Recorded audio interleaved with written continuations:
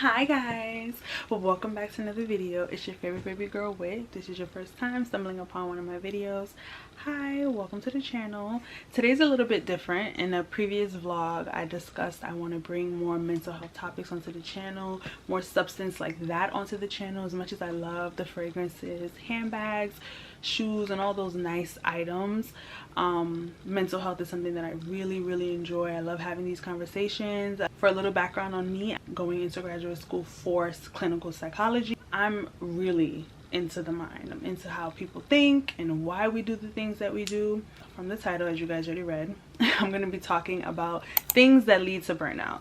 Now that school is back in person for the most part, or for some people, or people are back to going to work, or life is slowly, depending on how many strains when it come out, life is slowly going back to normal. I wish I focused on these things a bit more while I was actually physically in school. The very first one is trying to control things that's outside of your control. I believe in Jesus Christ. On this channel is very vocal with my prayers and all that stuff. So for me, I really let go and try to let God. So it's hard sometimes for you not to stress over certain things, but the first one is letting go of things that are out of your control.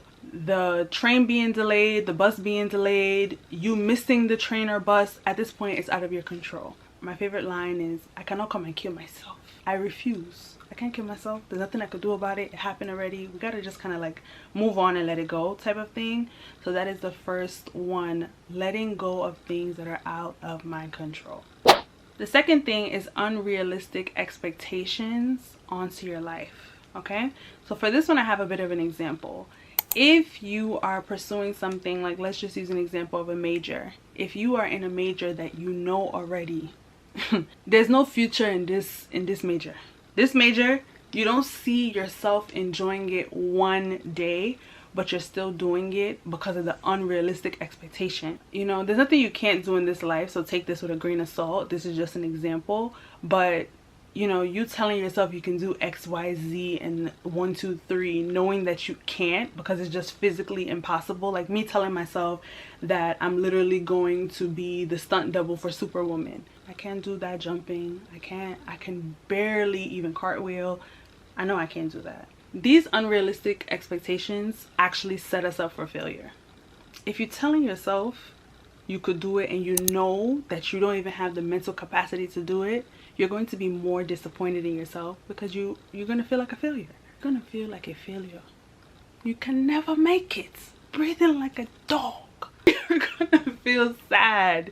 Like, and I'm telling you because I've been there. A couple things on this list is actually from experience. I'm just using joke to cover the fact that it's touching me. It's touching me. I don't want to shout on this table, but honestly it's touching me because a couple of these things I actually did, and I'm glad that I no longer put myself in this bondage of these unrealistic expectations. From jump, once I read the itinerary, once I read the description, I know what I can do and I know what I can't do. The next time you are in a situation that you feel is going up to your eyebrows, the level of issues is raising so much, simply tell yourself, I cannot come and kill myself. I cannot come and die. It's true. Problems never finish. You go from one solution to the next problem, to the next solution, to the next problem, okay? There's nothing we can do. It's all a part of life. So just take everything with a grain of salt. Don't beat yourself up about it, and just do not have these unrealistic expectations. Number 3, taking care of others without taking care of yourself. Okay, so on this table is all the firstborns. All the firstborns gather around. Okay, so if you're the first in your family and you had to assume the responsibility of a mother figure or a dad figure in your family, I'm Nigerian, so me being the firstborn in my household, that was the position that I played. This is a hard one because you naturally feel like being a giver. I feel like I have that embedded in me, and I'm not trying to change that about myself at all. I love being a giver. I love being the one that, you know, you can hit me up and I'll try my best to find a solution for you. You can hit me up and I'll try my best to be there for you. I like being that person. Sometimes it can be mentally draining, but you also need to know when to lean on others. So it's never a bad position. I feel like those that are in that position are super blessed. He sees that, like, okay, this girl got a lot and she's still dealing with other people's lot. So I think that actually works in my favor. Maybe that might take me into the gates of heaven. Maybe. We'll see. But I do feel as though you need to also know when to lean on others. It's okay not to have it all together. It's okay to just be a wreck. Like me and my friends, we just look at each other and we're just like, we're all in this mess together, okay? Like nobody's mess is dirtier than the other. We all together, okay? And it feels good to have a support system like that. So I suggest that you really find your tribe, like find where you fit in, and it will just make life a little bit easier. Just a little bit, you know? Because the bills are going to still be there next month, but it just makes life a little bit easier. You know, I can never say stop taking care of others. You have to always take care of others. I feel like that's why we're on this earth. Nobody's on this earth to be an island, to be all by themselves. I think what even makes life worth it is the interactions that we have with other people, not the material things. It's really the interactions, the memories we're able to build with people. Those are the things that stay for a lifetime. Some ways you can just take care of yourself is just indulging in your hobbies. Like for me, YouTube is one of my hobbies. Loving up on fragrances and smelling fragrances, curating my fragrance collection is one of my hobbies. Food, I just feel like that is one thing that, not overeating, because that alone is a sin. Food is how I take care of myself. Nails done, hair's being done, waxing, doing all the girly things is ways that I take care of myself. Even though it gets super tiring to always look on point, I'm not gonna lie. Sitting there for hours doing my nails, doing my toes, doing my eyelashes, doing my hair, it gets a lot. But taking care of myself is one of my ways. My last point before I wrap up this video is striving for perfection in every area of your life. It will lead to depression. You cannot have perfection in every area of our lives. We are just not made to be perfect human beings. I don't even want to be perfect. I don't even want to be considered as perfect. I am flawed. I know I'm flawed. Every single day I work on being a better me. Where are some areas I can say I'm working on? Not really my anger, but my irritation level. I get irritated fast. I'm working on that. Patience. I want things done when I want them done. But then laziness factor of myself comes in too, because then I get a little lazy and then I don't even want to do it. I want to do it but then don't want to do it because I'm lazy.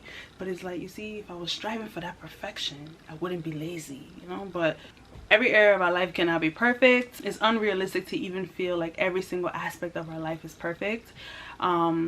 And that's one thing that I kind of hate social media for, because everybody tries to portray their situations as perfect. I don't feel anyone should come onto the internet, you know, and just share their whole life or share every bad part. If you want to, that's cool, but I don't feel like that shows that you are real because you come on and you show the lowest points in your life. I don't think that necessarily makes somebody real. I do think Instagram to an extent has this fake facade to it, and I don't know, it's just depressing because it just leads to your mental health just going down. People necessarily would not give you the resources that you need because you're portraying this person that's not you. So that's really one of the damaging ways of unrealistically striving for perfection. I hope you guys enjoyed. Please make sure you like, comment, and subscribe. Let's talk in the comments, okay? What are some things that you guys feel lead to burnout? I feel like this was super appropriate, being that the world is going back to a little bit of normalcy in certain places. And make sure you like, comment, and subscribe. Follow me on Instagram, and let's keep the conversation going. Tell your friends to pull up, okay? Send this to a friend. Don't be stingy. And until my next video, mwah. Bye guys. And the first one is striving for protection or perfection. Whitney, get it together. You're already on video number 3. Move on. Be serious. Be serious about yourself. Look at yourself and be serious. It's not everyday play games. It's not. You gotta be serious, girl. You gotta do laundry. Be real. You just gotta take, here we go, the dog, the door, the everything. What's my hobby? I was about to say giving people their life. Another one of my hobbies is giving people their life. But my hobbies are just like, you know, indulging in luxurious things. Those are my hobbies. And oh, eating candy. Really? Is that a hobby? Is that a hobby? Like sweet things. What are you trying to say? Oh, my mouth is ever dry. Thank you very much for showing me what you're made of today. You like sweet things. I do like sweet things. You like to have people like Wait, okay, so I just got told about myself. It's okay, I can accept it. I give people their life all the time. Who is that? Like, how can you bang on the door, on the window? What's going on? I'm filming. What's all this? You're making all the my friend's here. What are you drinking? What's the movie? I want some. Sex for you. What's going on? Brittany, you asked already. Got some ice on my face here.